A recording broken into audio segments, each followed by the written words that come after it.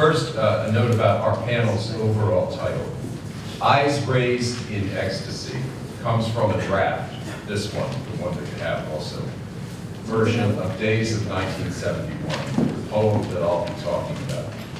Analog, as I'm using the term, I think as Stephen and Tamara would be as well, refers generously to embodiment in all its forms and its varieties.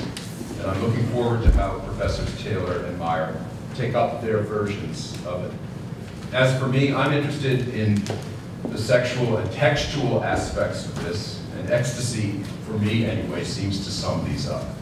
I should also confess that Days of 1971 was the poem I was working on in the archive this past summer when Joel approached me and invited me very graciously to speak here. And so I guess there's an element of chance in this as much as anything else. Perhaps by way of closing the loop, I also had a very pleasant exchange with Professor Hammer about this poem a few weeks ago, and the extent to which, at least I see it, he's turning the experience that he has here. He turns that experience into a poem, and the desire to turn the experience into a poem in some ways underlies the experience itself. With these strands in mind, then let us look at Days of 1971. In the spring of 1971, James Merrill and Strato Mufluzelis, who by this time were friends and sometime lovers, picked up a new Renault in Paris and drove it back to Athens. Professor Hammer talks about that in the biography. Their trip is the focus of the poem as a whole, and the draft passage that you have in front of you and that's up on the screen, the draft passage I mentioned is the basis of Sonnet 6 in the completed version of the poem. You can see that over in the lower right-hand corner of the screen and on your paper. Let me just read it. The needle creeps to 100 miles per hour. They're in the car at this point. The Olivetti signs flash past as if a girl were typing them by heart with eyes raised in ecstasy. There it is, right. The Oxford English Dictionary offers a definition in which one form of analog technology uses hands. Not surprisingly, old-fashioned clocks with second, minute, and hour hands are the most prominent example. But I think these lines suggest two other forms of analog technology as well. The speedometer, whose needle hand is approaching the 100-mile-per-hour marker, and the typewriter, whose typist hands are producing text at high speed. At the outset, too, it's worth noting that the word ecstasy seems to point two ways in terms of the relationship implied to the human body. On the one hand, there's the mystical experience where the soul supposedly leaves the body to inhabit some supernatural realm. On the other hand, and I think what Merrill's interested in here, there's the typist's experience, which is also specifically concerned with the production of text and with sexuality. Of course, as the published poem also informs us, Merrill edits the word ecstasy out of Days of 1971.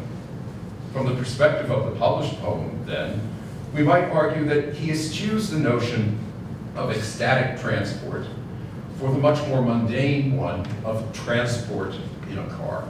Or, as Professor Hammer points out in the biography, the poem, rather than describing, say, a new start for the affair between James and Strato, is more a poem about love's aftermath. At this latter stage in the relationship, both men had shared not only sexual passion, but also its challenges. The reality of sexually transmitted diseases, Strato's girlfriend's pregnancy, Merrill's ongoing friendship, infatuation with David McIntosh, and finally, of course, David Jackson, who had preceded Mufluzelis and Merrill to Greece that spring. He remained very much a part of the domestic arrangements they would come home to in Athens. Given such a complicated emotional and physical scene, I would argue that in addition to the ecstasy of sexual union between human bodies, Days of 1971 dwells on the body's vulnerability. If the analog technologies of speedometer and typewriter point to a fascination with ecstasy and speed as its correlate, the actual bodies encountered en route also make the struggles of embodiment quite real. In the second sonnet, this is in the published poem, quote, "The bateau mouche is spoiled by a party of cripples," end quote. Then Strato gets sick. His eyes, quote, "sicken and swim on the boat," perhaps foreshadowing his bout of illness while in the Pyrenees.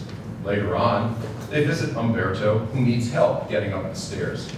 Finally, once back in Greece, they get caught in traffic, caused by a mountain, no less, having fallen on the highway. As ferries fill to divert the traffic, the whole scene resembles Sharon's taking the dead to Hades. A pretty far cry from Ecstasy, in terms of sex, I'd say. Merrill synthesizes this tension between the ecstatic and the pedestrian by eliciting in the reader both kinds of attention throughout the poem. Physical vicissitudes and potential embarrassment do resist a sense of mystic transport in days of 1971. At the same time, we are asked to pay attention to these moments as specifically textual and even sexual events. In turn, they strongly suggest a mode of inhabiting one's body that describe an afterlife, I think, to ecstasy in the phoenix-like power of sexual desire. Sonnet 1, for example, plays with this idea. This is in the published poem, or in the draft version. In the draft version, not on the screen, not on your handout, James immediately starts with his offer of a cigarette, and Strato's producing the matches with the phoenix on the cover. The matches then lead to a meditation on the bird as a symbol of the repressive Greek dictatorship then in power. In the published version, however, the politics are postponed so that the other aspect of the phoenix image, reawakening sexual desire, receives more attention. Thus, the poem's published beginning.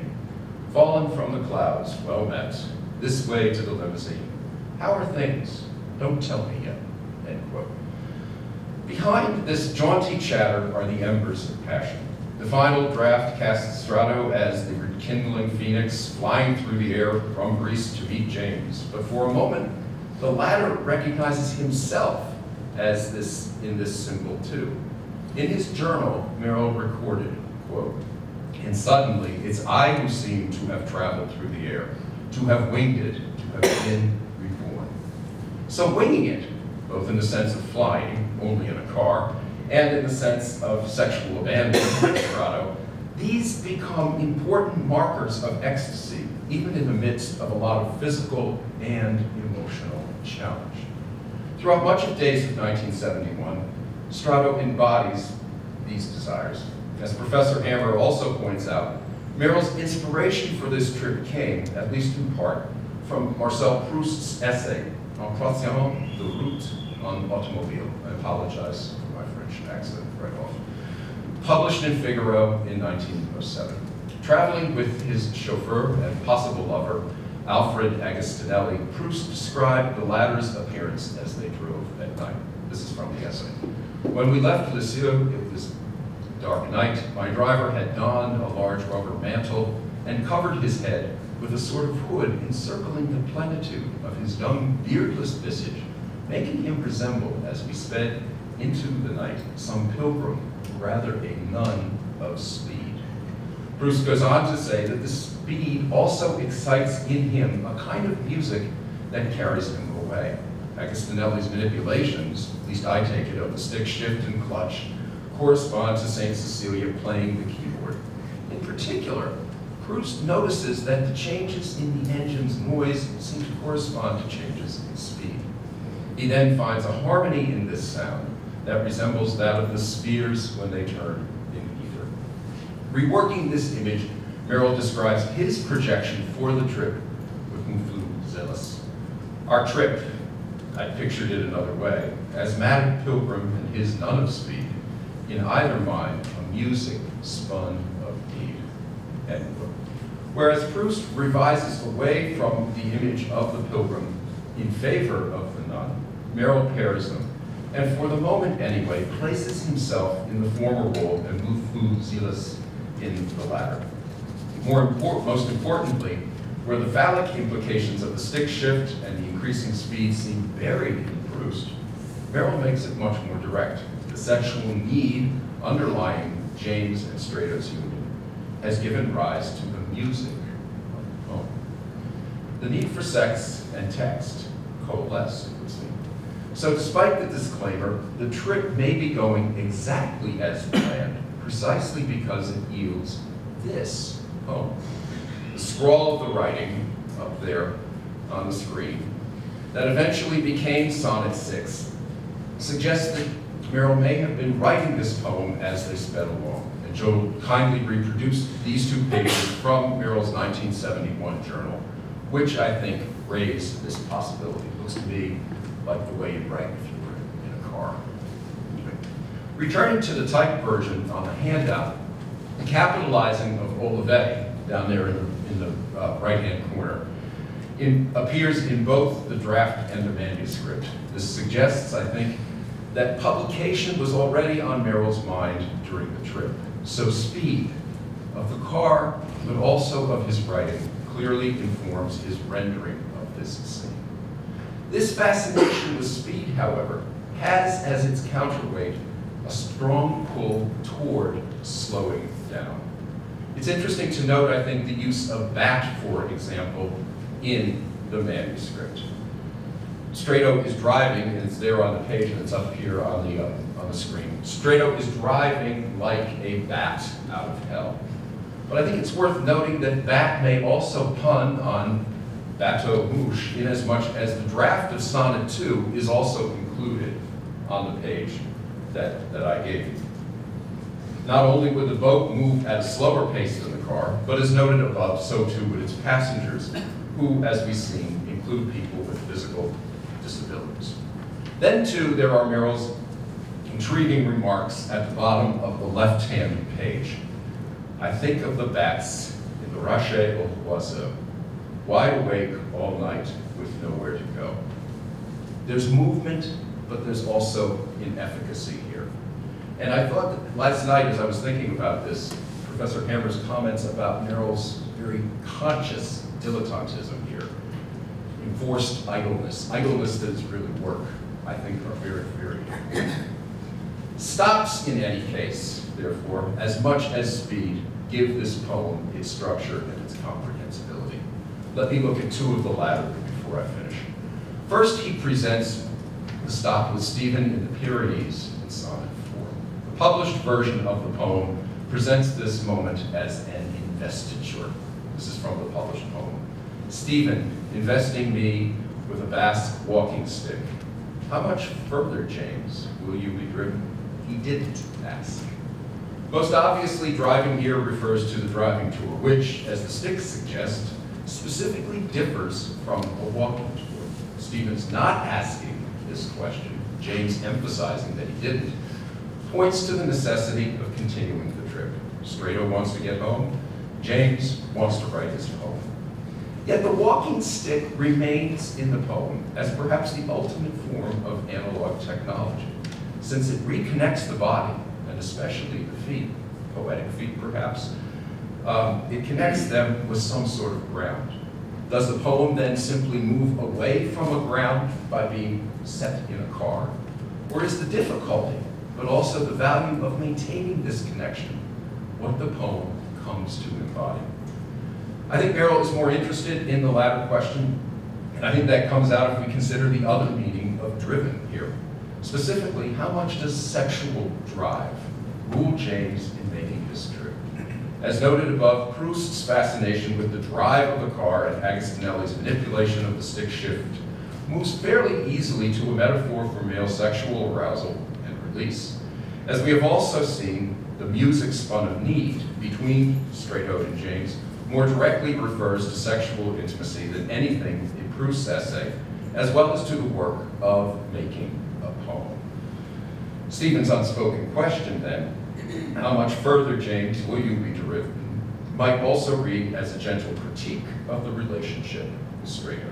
Anticipating such a question, even though it's not asked, Merrill answers by saying that sex and poetry are intertwined for him.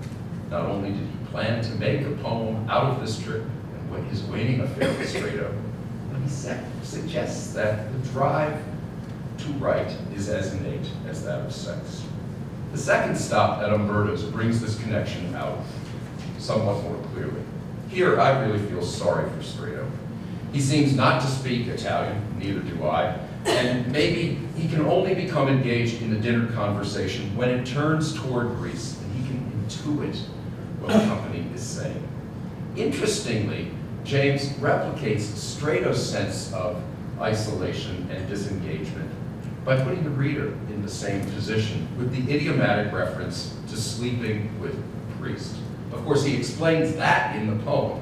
But the interesting thing about looking the word up is that it can also, the other use of this word, it's a burner, a thing you put ash and embers in to keep beds warm in houses with poor heat.